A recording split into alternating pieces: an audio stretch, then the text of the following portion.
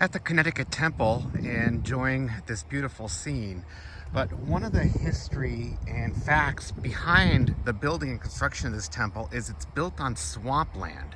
And so they have underneath the temple, I may be incorrect with this, but there's about 60 feet of cement in the basement foundation.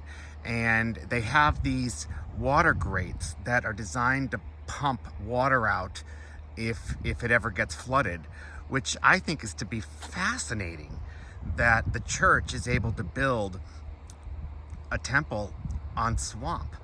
It's just, where else can you find something like that? So let's take a walk over and look at the actual temple. Now it's Sunday, so the temple is closed and the gates are not open.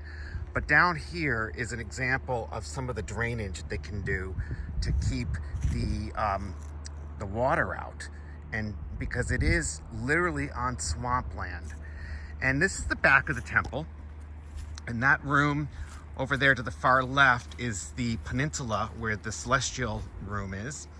And this is actually, so this is, I guess, air conditioning and cooling, and also it looks like they have the pumping gauges back there that actually help with the water to make sure it doesn't get flooded, because you can hear them constantly going back there.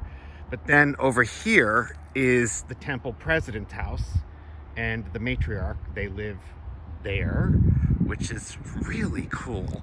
So there's somebody here on the property at all times.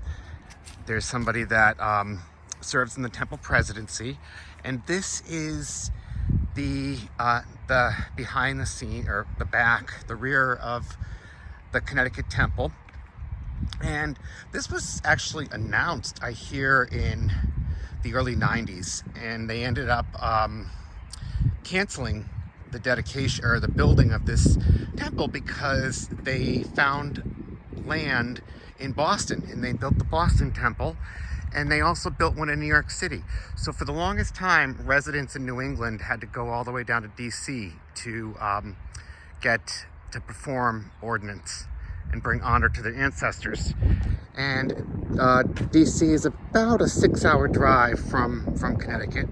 But just look at how beautiful that is. It is a little bit cloudy today, but that won't stop us from walking around and seeing how the grounds look. And again, the gates are locked. Back there is where the temple president lives. And this is where I had my endowment. It's a special place for me. Also receiving first presidential approval to enter the house of the Lord before my year mark, which is a constant reminder that God and our first presidency knows me by name. Right here is the baptismal font inside there, and then this is the entrance if you're going in to do baptisms and confirmations to bring honor to your ancestors. And if you're going to be doing endowments, or which are another word for endowment is blessings, you're going to enter through the front of the temple. The gates are over here, and they have a beautiful waterfall. It's not on today, but in a few weeks this is going to be blooming with flowers, crocuses, and you can actually start to see some of them coming up now. But this is the entrance that you would enter if you're gonna do an endowment session, and that's the front door. Look at how magical, peaceful, even on a cloudy day this is. We'll walk more around front. Now normally you can go in, but on a Sunday they have it gated off, and there's security, there's cameras. Oh, they were back there. Should have pointed them out. But look at how they have the lights to light that up, to light Captain Moroni, which is just breathtaking. The view is amazing. And so this is the Hartford Connecticut Temple. This serves all the way to Vermont, I believe, and parts of New York. Going to Palmyra, there's another temple in Palmyra, New York. This is the inside grounds. And here's a frontal view of the, just stunning.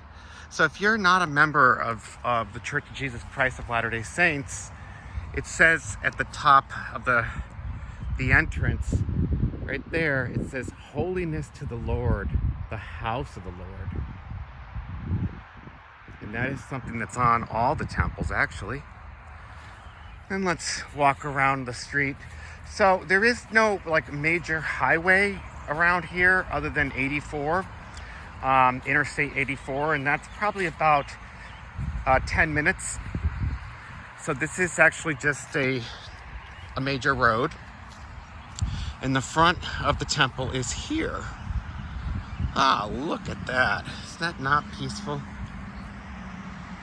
This was dedicated in 2016.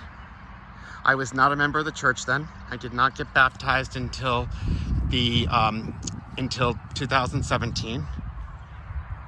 Now, you can walk inside the temple. There's a staircase to the left right over here that takes you up, and you can actually climb up. Now, I haven't done it. It's limited for people, I guess, that are in the presidency, or if they need to do work up there. That is just breathtaking. And I know that because I was close with the first temple president and his wife. And look at Moroni. He is just stunning. Look at that. Does it get any more beautiful? If you have questions about bringing honor to the ancestors, our ancestors, please post in the comments. We'd love to answer them.